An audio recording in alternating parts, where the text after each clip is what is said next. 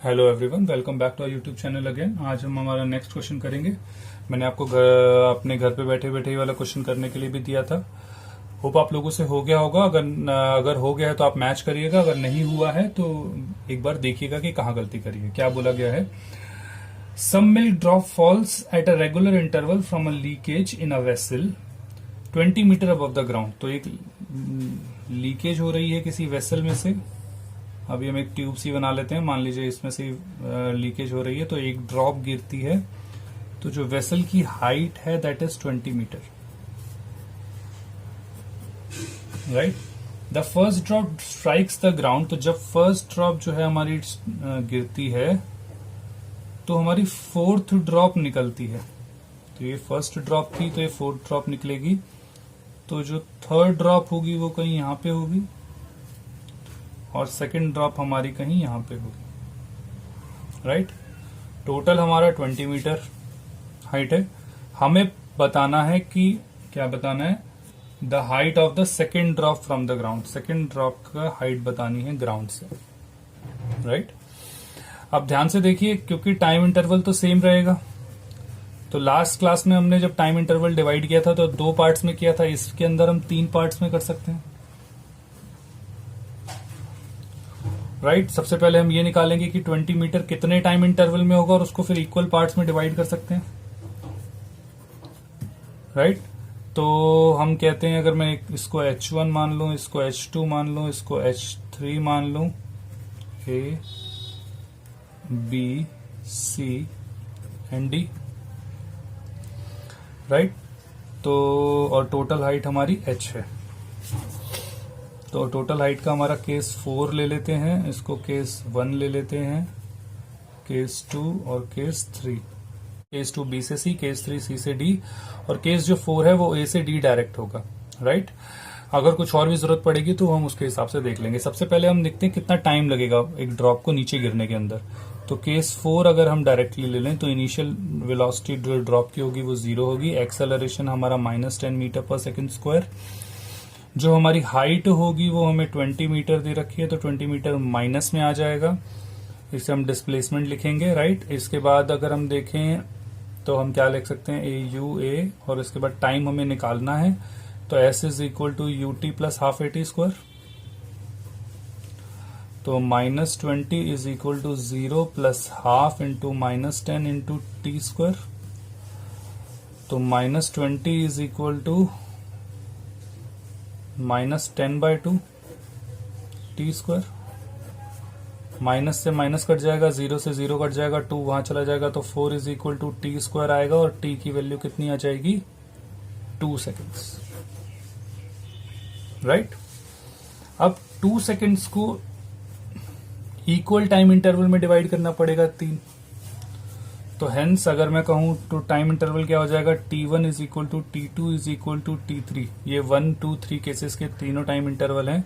क्या वो total time का थर्ड पार्ट हो जाएंगे? तो हेंस 2/3 सेकेंड्स आ जाएगा,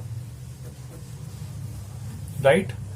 अब हमें क्या पता लगाना है कि जो सेकंड ड्रॉप है वो कितना, उसकी ग्राउंड से हाइट कितनी है। तो क्या सेकंड ड्रॉप के लिए मैं केस मान सकता हूं? केस हम 5 ले लेते हैं। केस 5 क्या होगा? A से C के लिए सेकंड ड्रॉप के लिए कितना ड्रॉप हुई? Second drop, for second drop. ध्यान से देखिए, इनिशियल वेलोसिटी जो होगी वो तो 0 होगी। अब सेकंड ड्रॉप जब गिरी तो उसको कितना टाइम ट्रेवल मिला टाइम ट्रेवल करने के लिए? तो ध्यान से देखिए, T1 और T2 दोनों टाइम मिले होंगे उसे ट्रेवल करने के लिए। तो ये टाइम तो मिला ही होगा, T1 प्लस T2 टाइम भी मिला होगा। तो हेंस जो टाइम होगा वो T1 प्लस T2 टाइम होगा। और 1 प्लस T2 कैसे? क्योंकि जो ड्रॉप है वो 2 पार्ट्स में टाइम ट्रेवल कर गई होगी, ये वाला पार्ट और ये वाला पार्ट। क्योंकि जब पहली ड्रॉप नीचे गिरी, जब पहली ड्रॉप पहले पार्ट पे पहुंची होगी तो दूसरी ड्रॉप गिरी होगी, जब दूसरी यहाँ पे होगी तो सेकंड ड्रॉप यहाँ होगी, और जब फर्स्ट यहाँ पे होगी तो सेकंड ड्रॉप हमारी यहाँ होगी। तो टाइम इंटरवल जो है वो 2 टाइम इंटरवल पास कर देंगे, क्योंकि मैंने टाइम को 3 इंटरवल में डिवाइड कर लिया है। तो हेंस जो T होगा वो क्या हो जाएगा? T1 plus T2। तो 2/3, 2/3, 4/3 सेकेंड्स हो जाएगा। एक्सेलरेशन हमारा -10 मीटर पर सेकेंड स्क्वायर दे रखा है, और डिस्प्लेसमेंट हमें निकालनी है। तो फॉर्मूला क्या हो जाएगा? S is equal to UT plus half AT square. ध्यान से देखिएगा, डिस्प्लेसमेंट हमें निकालनी है 0 plus half into acceleration minus 10 into में टी स्क्वायर विच इज 4/3 का होल स्क्वायर।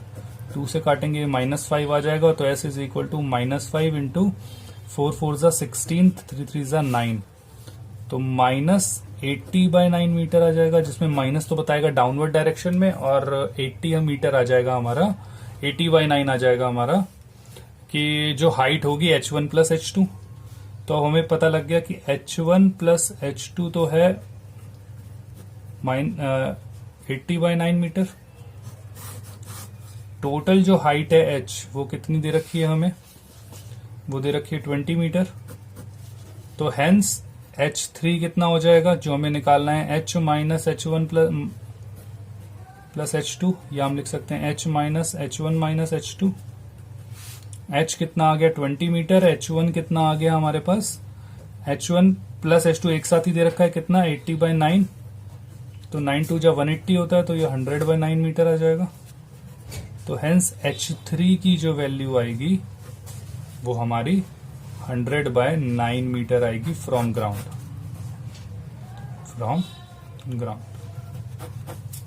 राइट। अब इसी क्वेश्चन को हम कैसे सॉल्व कर सकते थे, तो डायरेक्ट जो 1:3:5 से, वो देखिए कैसे कर सकते थे।